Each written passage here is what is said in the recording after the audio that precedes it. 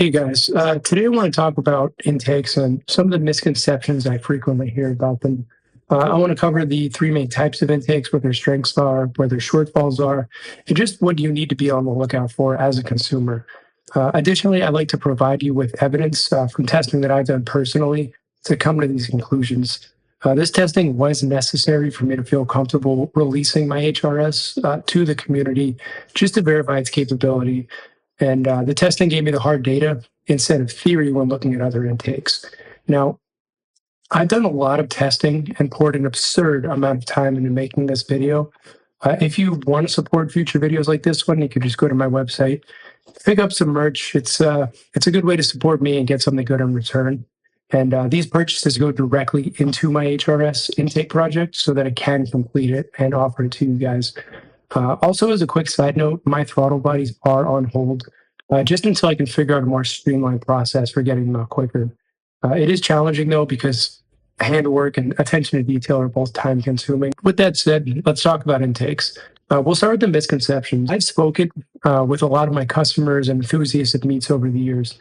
And one of the most prevalent misconceptions is that more sound equals more fast. This is simply not a metric to gauge performance. Just because an intake is louder sonically does not mean it's performing better. Another misconception is that the OEM airbox is actually like the worst design for performance, when in reality, it's really not. And we're going to take a look at that. So first, let's talk about intake fundamentals. Firstly, what does the air intake actually do? It intakes air. Now, obviously, there's more to it than that, but you've got Helmholtz resonators, expansion chambers, pulse tuning, amongst other things, which I'd be happy to talk about in another video. And yes, my explanation was facetious, but it's objectively true and all we really need to know for what it does, at least for this video. Why would anyone want to replace their OEM airbox? Well, let's look at the shortfalls first. Most airboxes are made out of polyphenylene ether, or PPE, and rubber. PP is a type of thermoplastic, and it's engineered to withstand heat. And this is important because you don't want the plastic to crack open or the air cleaner tube to collapse on itself under normal operating conditions. The downside here is that it is not designed to scrub off heat. As you can see from a real-world test of an OEM PPE intake, the temperature rose to 120 degrees from the baseline of 85 degrees Fahrenheit over a 25-minute trip. This drive was a mix between city and highway driving. At no point during this trip did the temperatures go down, not even on the highway with cooler air consistently passing over it. The reason for this is really material choice and design. The thermoplastic is comparatively thick and it does absorb a lot of heat. Couple this with the fact that the snorkel is generally in the engine bay area, bringing in hot air, and you really just get every possible heat source working against the intake.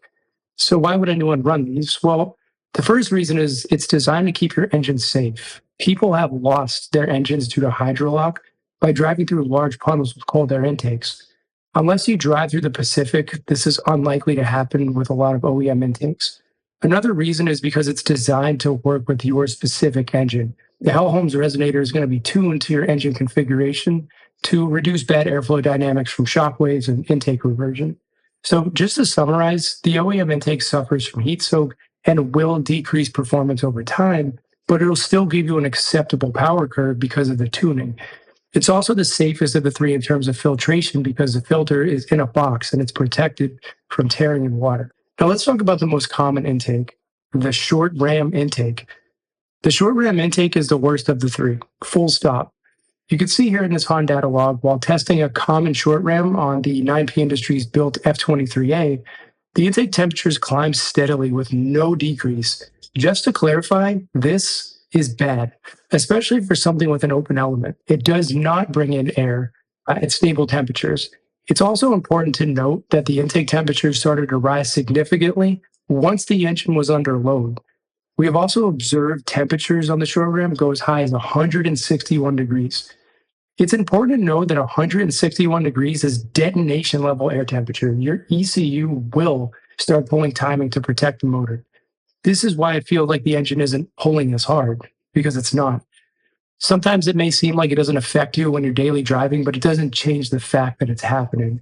Now, to illustrate how bad this air temperature really is, for every 13 degree Fahrenheit you raise the intake temperatures, you lose roughly 1% of your horsepower. Now, there's an important distinction to be made here. 1 horsepower is not the same as 1% of your horsepower. SAE testing standards for engines are roughly 77 degrees in an engine testing room with no humidity and 29 inches of mercury atmosphere. So if a Honda H22 has 220 horsepower, 157 torque, these numbers were obtained in a room that was about 77 degrees. This means that if you go from the baseline of 77 degrees to our max of 161, that is an 84-degree difference. You have now lost 6% roughly of your overall horsepower, meaning your 220 horsepower engine is now a 206 horsepower engine. In every sense of the word, it's just worse than your OEM setup, at least in this case. The reason is because the temperatures rose higher and they did it more rapidly. So it really does deliver on their performance, just worse performance. You get it sooner. Moving on. Cold air intakes are the king of all intakes, not only because they bring in colder, denser air, but if designed properly, they can really enhance the power curve instead of subtracting from it. To really highlight the difference, you can see here side by side with the OEM intake that it's not even a fair comparison. The HRS at no point reaches the same temperatures as the OEM airbox. The downward trend in temperature is also important to note as the HRS immediately scrubs off residual heat and continues to drop. It dropped roughly from 98 degrees on the initial cold start to about 87 for a loss of 10 degrees almost immediately once the car got moving. Once I merged onto the highway, it dropped further for an average of about 80 to 84 degrees on an 85-degree day. The only time I really saw a sharp increase in temperature is towards the end of the graph where I was stuck at a red light on blacktop pavement. However, the HRS redeems itself again by dropping the temperature almost immediately. We also have a Honda data log with the HRS, which yielded some pretty interesting but predictable results. You'll notice that for every pole, which is indicated by the sharp peaks at the bottom of the graph, there is a corresponding decrease in intake temperature. Even with these observable drops in intake temperature, we still don't see any large surges back up. It's positively stable across the graph, regardless of load. Keep in mind, the testing comparing the OEM airbox versus the HRS was done on the same engine, with the same ambient temperature on the same route, while the Honda graph was pulled from the 9P Industries F23A running the HRS.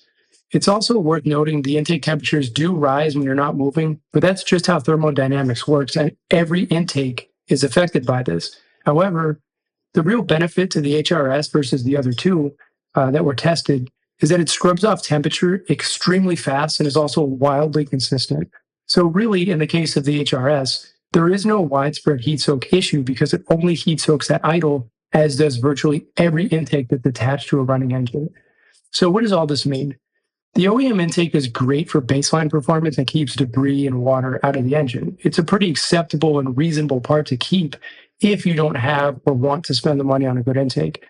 The short rim is just bad. It gets hot to the point of detonation to where your ECU has to start pulling timing to protect the engine, and it has no real way to cool down. There isn't really much more I can say about those except that they are victims of convection. The cold air intake is really just the best of the three.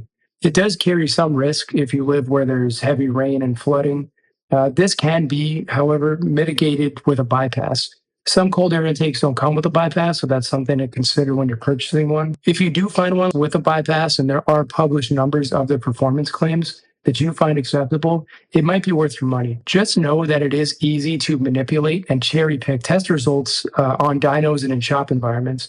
It really comes down to how much you trust that company. If the testing was done in the real world, there's less of a chance that it was manipulated. This is why I opt to do real world testing.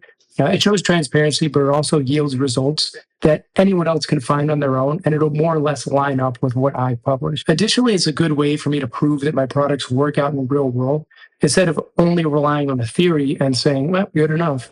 So with all that being said, you should always do your own research if something doesn't seem right, regardless of what I say or anyone else for that matter. I would like to add that I am honored that people trust me enough to ask me for my opinion on these things.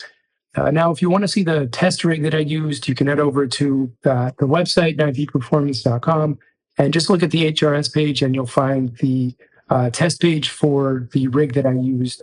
That's really all I have for you guys, and I'll see you guys in the next one.